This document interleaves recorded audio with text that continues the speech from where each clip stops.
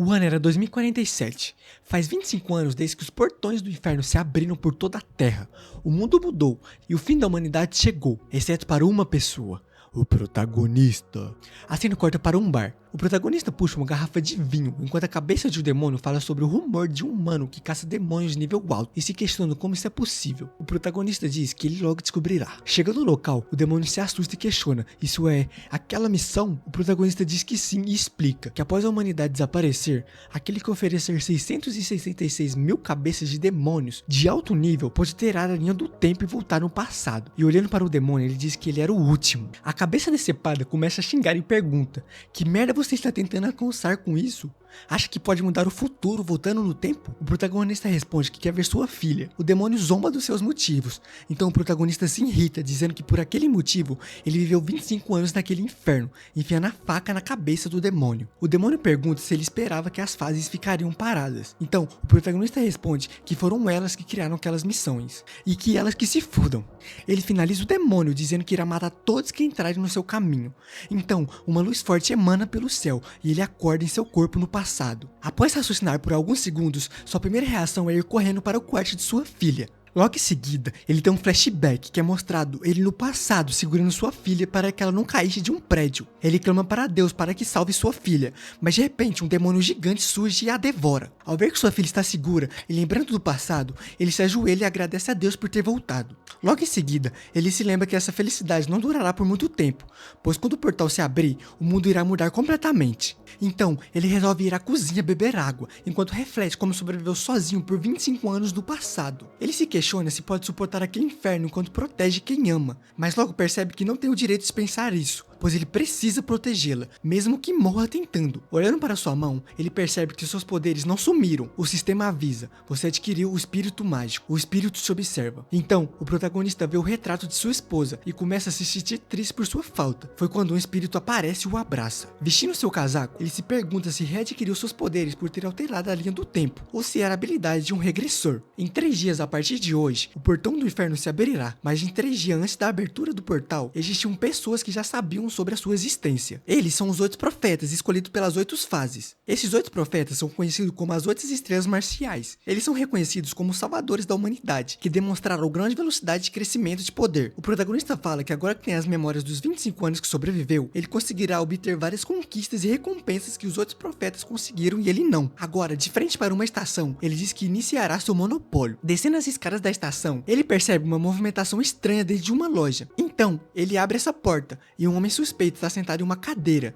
e diz surpreso que não deveria ter ninguém ali. Então, o protagonista diz que ele parece não estar esperando visitas. O homem pergunta qual era o motivo dele estar ali e o protagonista diz que apenas queria comprar algumas coisas. Então, esse homem se transforma e o ataca, perguntando quem era ele e o que ele estava fazendo ali. O protagonista diz que ouviu que a preparação do julgamento do profeta ocorreria ali. O monstro, que é chamado de Yakshá, estranha alguém ser instruído ali, pois o processo de seleção ainda estava acontecendo lá em cima. O protagonista responde que provavelmente está, e que ele precisaria estar ali antes do processo acabar, para tomar seus postos. O monstro entende o que está acontecendo e começa a rir. O homem na sua frente é o regressor que matou milhares de demônios de classe alta, dizendo que eles já sabiam de tudo. O monstro o ameaça, dizendo que esse lugar é apenas um tabuleiro de xadrez criado pelas fases mais altas, dizendo que tudo que ele tentar fazer para atrapalhar o jogo deles vai apenas irritá-los. O protagonista enfia 3 espadas no braço do Yakshá, dizendo para tirar suas mãos fedidas do caminho. Ele diz que tentou cortar a mão do Yakshá, mas percebeu que ainda não está pronto para isso, o que faz sentido, já que ele não tinha nenhuma runa especial. O protagonista responde, dizendo que ele não sabia de nada, e que foram as entidades que permitiram que regressar no tempo fosse possível, e que não faria sentido elas ficarem irritadas. O Yakshá parte para cima, dizendo que ele só sabia falar. Porém, o protagonista dá 2 tapão na cara do bicho, perguntando se ele não sabia o significado de ser um regressor. O protagonista continua dizendo que isso significava que ele tinha completado todas as missões e matado milhares de demônios de classe alta. O Yakshá pensa como que ele estava com medo de um humano, sendo que a raça dele que se alimentava do medo de outros seres. Logo após esse pensamento, ele se transforma em uma criatura pequena e fraca. Então, o protagonista diz que tem apenas 2 coisas a dizer a ele. Primeiro, a raça Yakshá não seria capaz de matar nenhum humano até os portões do inferno se abrirem. Segundo, a razão que ele estava ali era para encontrar um Yakshá por sua quantidade, e também deixar bem claro para ele nem pensar em matá-lo quando os portões se abrirem. O protagonista termina chamando o Yakshá pelo seu nome, Gyu de 2º nível. O Yakshá, assustado, pergunta como ele sabia seu nome verdadeiro. Então o protagonista dá um sorrisinho e fala que eles tinham um tipo de conexão. Gil fica em choque, perguntando se ele era seu servo ou algo assim. O protagonista não responde, mas lança um olhar irritado, e Gil, assustado, apenas aceita e abre sua loja dos profetas. O protagonista, olhando para os itens, diz que os preços são insanos e que seria impossível comprar algo no momento. O Yaksha pergunta por que ele estava olhando tão focado, pois ele não seria capaz de comprar nada ali no momento. O protagonista se interessa por um item e, na cara de pau, pede para Gil lhe dar de presente. Gil fica indignado, perguntando se ele estava ficando louco, pois ele tinha acabado de enfiar 3 facas no seu braço e levado 2 tapas na cara. Então, o protagonista vai lá e retira 2 facas do braço dele. Gil, ainda indignado, pergunta o que ele estava fazendo. Logo em seguida, o protagonista joga 20 milhões de ouros para Gil, dizendo que se ele saísse bem, ele daria mais 80 milhões. Gil joga o dinheiro para longe e diz que ele sabia muito bem que em 3 dias, aquele pedaço de papel não ia valer nada. O protagonista diz para ele acreditar, pois em 2 anos aquele dinheiro vai salvar sua vida durante a Noite Negra. Gil fica sem entender e pergunta o que era a Noite Negra. O protagonista diz então que Gil poderia não saber, mas ele sabia o que terá valor e o que não terá valor futuramente, e completa dizendo que dinheiro sempre terá valor, mesmo depois dos portões do inferno se abrirem. Em seu pensamento, Gil se pergunta se ele estava falando sério, pois aquilo para eles era apenas papel. O protagonista retira a última faca e diz que era sua escolha acreditar nele ou não, mas daqui 2 anos ele vai se arrepender de não ter aceitado. Gil, puto da vida, diz que ele era muito mal e que era pior que os malditos Nagas. O protagonista, sorrindo, fala que já ouviu falar deles antes. O protagonista agora está com um item e Gil pergunta o que ele planeja fazer com ele. Então, o protagonista diz que aquilo era seu bilhete de entrada para o julgamento do profeta. Ele começa a escrever nesse pergaminho, quebrando um tipo de barreira para outra dimensão, dizendo que estava indo encontrar as entidades. Dentro dessa dimensão, um olho com uma aura pesada os observava. Andando pela dimensão, o protagonista pergunta por que Gil estava o seguindo. Gil manda ele calar a boca e só estava ali para ver o tipo de morte horrível que ele teria. Logo em seguida, ele pergunta o que ele fará sobre o profeta e se ele sabia quem era, pois originalmente alguém ficaria no lugar que ele irá ocupar, e pergunta se ele não se sente mal por isso. O protagonista diz que não se sente mal, pois de quem estava tomando o lugar se chamava Lamento Fantasma, uma das 8 estrelas marciais, que possuía inúmeros monstros mortos-vivos, e sendo quase imortal, ele estava no mesmo nível do mais poderoso entre as estrelas marciais, Alec. Mas para as pessoas ele era um lixo, pois era um psicopata. Para ter seus mortos-vivos, ele precisava de cadáveres e fazia experimentos com pessoas vivas para criar corpos de qualidade, e o protagonista foi uma das cobaias. Gil diz que ele não sabe onde se meteu e fala para ele ser cuidadoso, pois não importava o quão grande ele foi no passado, porque agora ele era apenas um humano comum. Uma voz de repente diz: um visitante desejado, e o sistema alerta: você entrou no território do domador das serpentes. A voz pergunta por que Gil trouxe um humano ali, e continua dizendo que apenas o profeta era permitido naquele lugar, e que ele não era o profeta que ele escolheu. O protagonista responde que não escolher ele foi seu maior erro, e deveria ter escolhido ele desde o início. Então, um olho gigante olha para ele com ódio. Gil rapidamente diz que aquele homem era o regressor, o assassino que decapitou milhares de demônios de nível alto. O domador de serpentes diz então que aquele era quem tinha virado o tabuleiro deles, e fala que ele não era qualificado para ser um profeta. O protagonista fala para ele ver com os próprios olhos que ele era bem melhor que o Lamento Fantasma que ele tinha escolhido. O domador de serpentes o observa e consegue ver seu passado quando sua filha estava prestes a morrer. Ele sorri, dizendo que o regressor que alterou a linha do tempo era um de seus seguidores. O protagonista ataca o olho, dizendo para pensar antes de falar alguma coisa, e que não era seu seguidor. Gil, espantado, grita. A voz surpresa pergunta o que aconteceu para ele possuir tal poder. O protagonista pensa estar certo sobre as entidades superiores não saberem de tudo, e diz que aquilo poderia ser uma recompensa por viver naquele inferno. Com um estalar de dedos,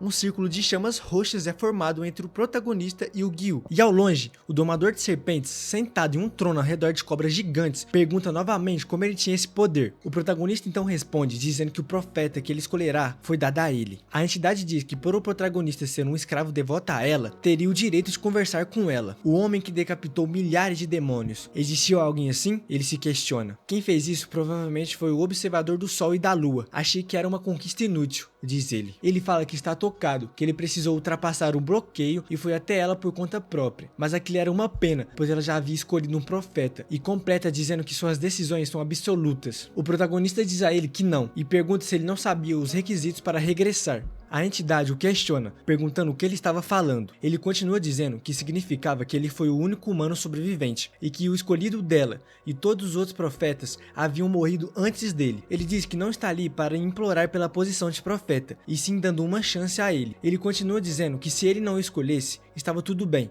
ele poderia levar a vitória para outra entidade superior, e o profeta que ela havia escolhido seria o primeiro que ele mataria. Gil pede para ele se acalmar. A entidade furiosa pergunta se ele estava o ameaçando e diz que ela poderia matar ele a qualquer momento. Ela pergunta por que escolheria ele, já que ele poderia se tornar um inimigo comum das entidades superiores. Nangung diz que era por isso que ela ia ganhar esse jogo. Ele diz saber que as entidades não podiam o considerar um inimigo, de acordo com as regras que elas criaram, e mesmo quando ele não sabia que os portões se abriram, ele sobreviveu até ali e iria continuar sobrevivendo. A entidade diz gostar disso e teletransporta o que seria o futuro Lamento Fantasma. E antes dele saber onde estava, uma pata de um monstro gigante o esmaga completamente, o matando. A entidade continua dizendo que mudará o profeta e escolhe Nangung, sendo reconhecido por ela. Eles são teletransportados para o depósito de tesouros da serpente. O domador de serpentes diz que só conseguia abrir a porta de cobre, mas ele poderia levar o que quisesse. Afinal, os profetas precisavam liderar as pessoas quando o festival começasse. Nangung pergunta se todo aquele inferno era apenas um festival para ele. Ele responde que não era eles, e sim Jor, o nome dele. Eles entram no cofre e Gil espera do lado de fora. Depois de um tempo, eles voltam e Nangung chama Gil para ir embora. De volta na estação, Gil pergunta o que aconteceu lá dentro. Nangung diz que conseguiu um item, o capacete do Monarca de rank lendário, que quando usado por seres vivos, drena sua força vital, mas quando é usado por seres mortos, é concedido um grande poder. Gil se pergunta por que ele tinha escolhido esse item, pois era inútil para alguém vivo. Nangung pede para Gil mostrar sua bolsa. Gil pergunta onde estavam as cabeças, e Nangung diz ter pego 100 mil com Jor, o domador de serpentes. Nangung fala que não pagou nada nas cabeças, pois Jor estava preocupado se ele fosse alvo de outros profetas, já que ele era um regressor. Mas em troca, ele tinha dado uma missão para o nosso protagonista, algo ao nível de matar centenas de milhares de demônios. A missão se chamava Encarnação das 7 Serpentes. Nangung diz para Gil parar de ficar boiando e abrir a bolsa logo. Gil abre sua sacola, perguntando o que queria de lá. Ele fala que quer uma espada de pelo menos rank raro. Observando as opções, Nangung escolhe sua espada. Nangung pergunta que horas são, e Gil responde falando que era 3 em ponto. De volta à superfície, Gil se transforma em um humano comum e pergunta o que ele iria fazer agora. Ele se pergunta se Nangung planeja caçar profeta. Então, sorrindo, Nangung responde que tinha que buscar sua filha na escola e se despede. Passam 2 dias, onde Nangung aproveitou ao máximo o tempo com Somin. Os dois estão se arrumando e ela pergunta se era hoje o dia que ele estava falando. Ele diz que sim e pergunta se ela acreditava no que ele estava falando. Ela, sorrindo, diz que sim, pois sempre estava do lado do pai. Então, eles saem de mão dada para uma viagem. Chegando ao local, Myung-hun está fazendo continência para Nangung, o chamando de Capitão Nangung. Nangung diz que não precisava disso, pois já fazia um tempo que haviam saído do exército e que era bom ver ele. Myung diz que ele estava o mesmo de sempre, como se estivesse pronto para voltar à ativa. Myung pergunta onde está Somin, e Nangung fala que ela está dentro do carro dormindo, e deixou ela dormir de propósito, pois o que aconteceria hoje não seria bonito de se ver. Myung brinca, perguntando se ele estava se referindo ao rosto dele. Nangung então fala que precisa contar algo para ele. Olhando sério, ele pergunta se ele acreditava que o mundo estava para acabar. Myung não consegue segurar a risada, e pergunta se ele percorreu tudo aquilo apenas para fazer uma piada. Nangung fala que queria que fosse uma piada. Então, Myung para de sorrir, e de repente um estrondo muito alto ecoou pelo céu. Olhando aquilo, Myung fala que eles tinham que sair dali. Então,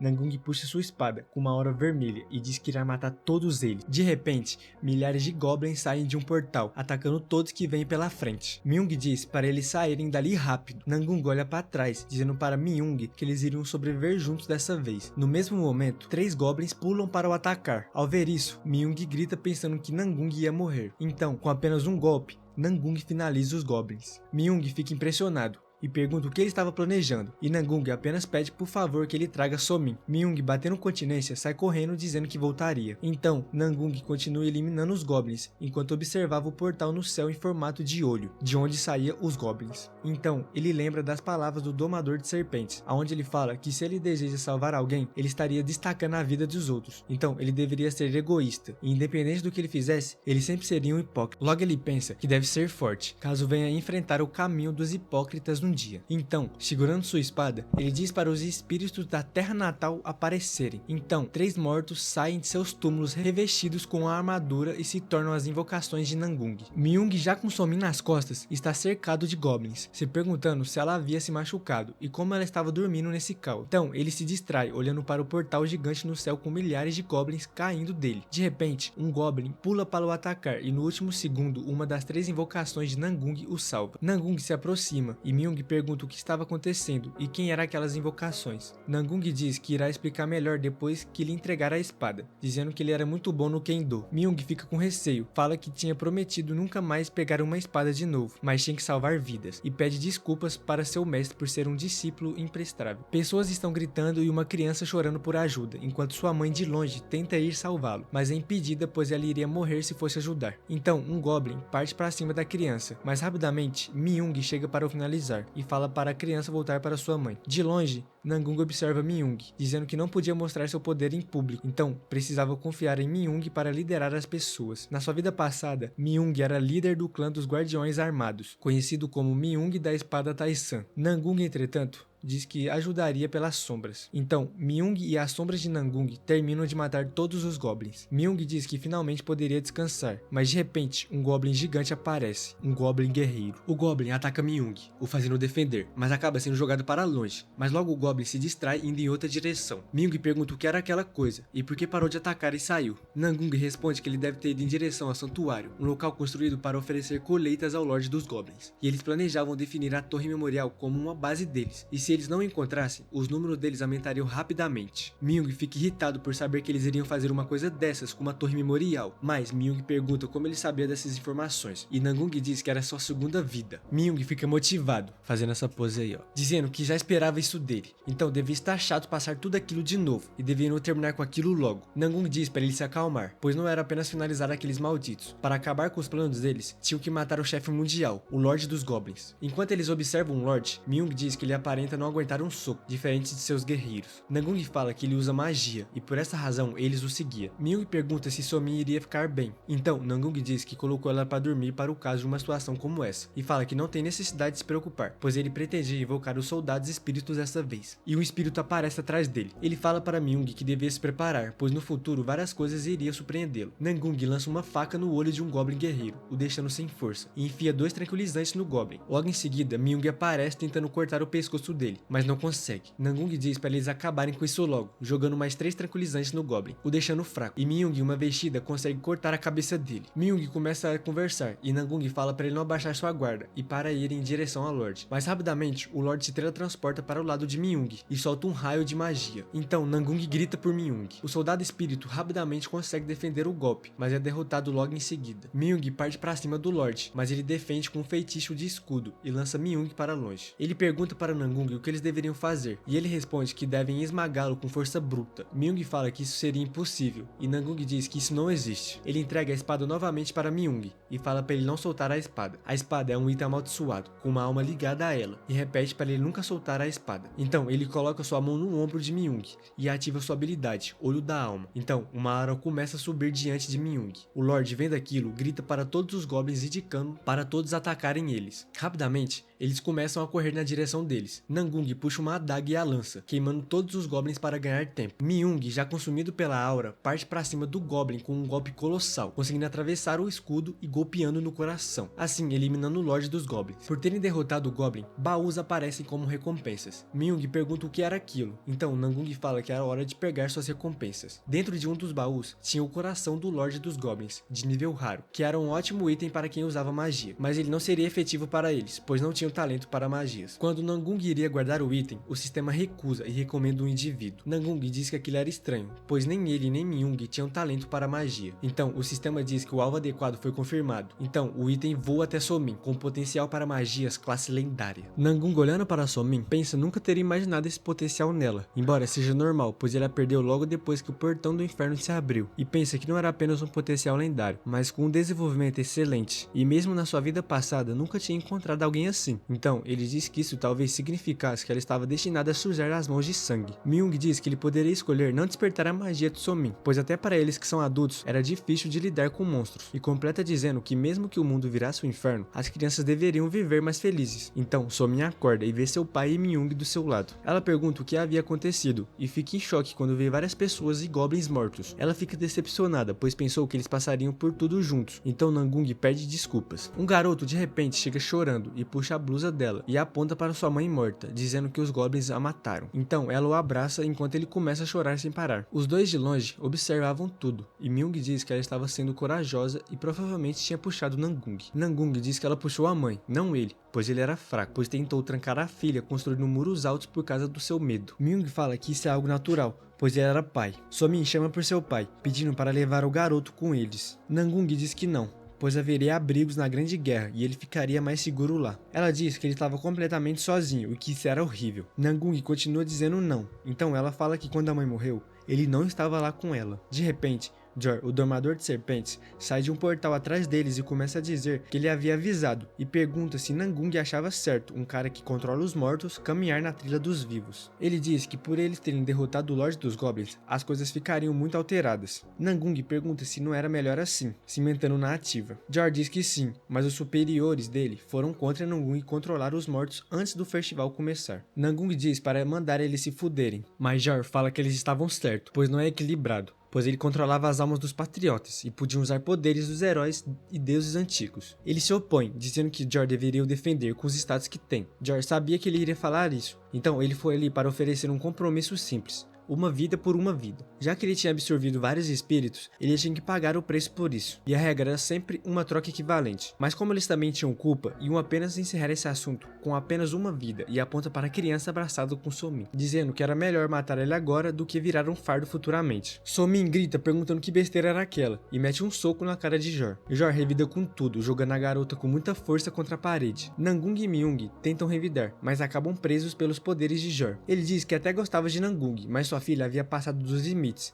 e precisava aprender uma lição. O coração do Lorde dos Goblins acaba caindo e quebra, e Somin desperta seus poderes. Então, Nangung diz que Jor sabia da disposição de Somin e criou aquela situação de propósito e pede desculpas para a filha, pois só queria protegê-la. Somin diz que ele não precisava pedir desculpas, pois quem tinha culpa ali era aquele desgraçado.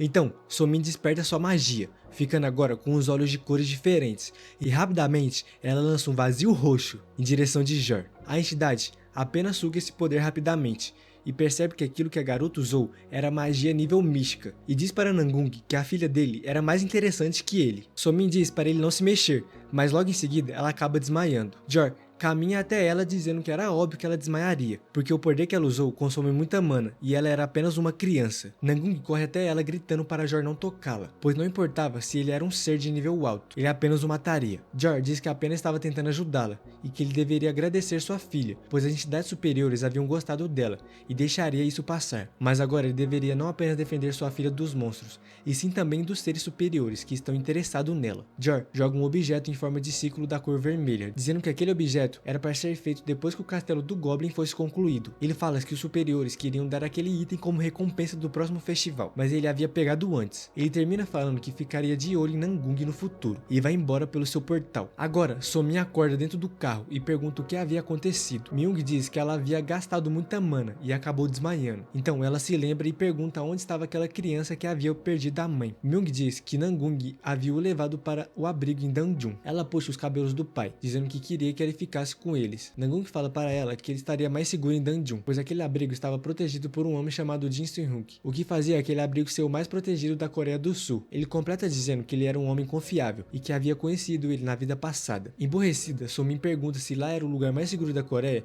então para onde eles estavam indo. Nangung fala que eles estavam indo para Seul, onde outro portal do inferno estava aberto, e completa dizendo que para evitar maiores desastres, eles tinham que pegar as recompensas daquele portal. O Myung pergunta o que eles deveriam fazer de agora em diante, e Nangung responde que nada demais, apenas ficar mais fortes. No próximo quadro é mostrada a estrada toda devastada e destruída. Myung diz que seria difícil usar a autoestrada, que deveria usar a avenida, mas antes dele completar a frase, um Goblin é lançado contra o carro deles. Nangung desce do carro e pergunta se tinha algum desses malditos que ele ainda não tinha matado, mas uma flecha passa raspando em seu rosto, acertando um Goblin que vinha de trás. Um garoto segurando um arco pede desculpas e diz que só estava tentando matar os Goblins. Nangung pergunta se tinha sido ele quem matou matou todos aqueles goblins, e o garoto responde que sim. Myung diz que o garoto tem bons olhos, e mesmo de noite mirou nos pontos vitais. Nangung, em seu pensamento, diz que um cidadão comum que matou 5 goblins com apenas um arco era muito talentoso, e logo em seguida pergunta seu nome para ver se ele era alguém que conhecia da sua vida passada. O garoto responde que seu nome é Jeonjin. Myung pergunta como ele acabou ficando naqueles destroços, pois os Hads haviam alertado para todos ficarem nas suas casas. Jeonjin fala que precisa ir para Seul, pois o pai dele estava internado em um hospital e ele não conseguia ligar para ele. Nangung fala para ele voltar para casa e completa dizendo que ele acabaria morrendo no meio do caminho com apenas aquela bicicleta. Jeonjin implora por uma carona até Seul e que certamente iria retribuir. Então, o garoto pega em suas mãos uma pedra roxa brilhante e diz que nem sabia o que era aquilo, mas apareceu quando os monstros morreram. Myung pega essa pedra na mão do garoto e diz que eles não tinham tempo para cuidar de uma pedra de estimação. Nangung grita para ele tomar cuidado e pergunta se aquilo apareceu quando os goblins foram mortos. Olhando para a pedra, ele fica em choque, dizendo que aquilo não devia aparecer naquele momento. No próximo quadro, eles já estão no carro com Nangung analisando a pedra e perguntando se era realmente verdade que aquilo havia saído de um goblin. Ele diz que aquilo era uma runa de agilidade e explica que existem 2 tipos de força que o humano pode obter no festival: as naturais e as de status. Naturais seriam talentos especiais que existem desde seu nascimento. Por outro lado, status são habilidades que qualquer um pode adquirir se treinar bastante. Runas são itens que melhoram esses status e existe uma alta procura por runas, mas encontrar uma runa em um monstro é quase nula. Nangung então pensa que não poderia ser sorte e pergunta onde o garoto tinha aprendido arquearia. Jeonjin responde que seu pai era um representante nacional, mas ficou acamado por causa de um acidente. O nome do pai do garoto era Jeon Tahu. Em seu pensamento, Nangung diz estar certo. Ele era filho do atleta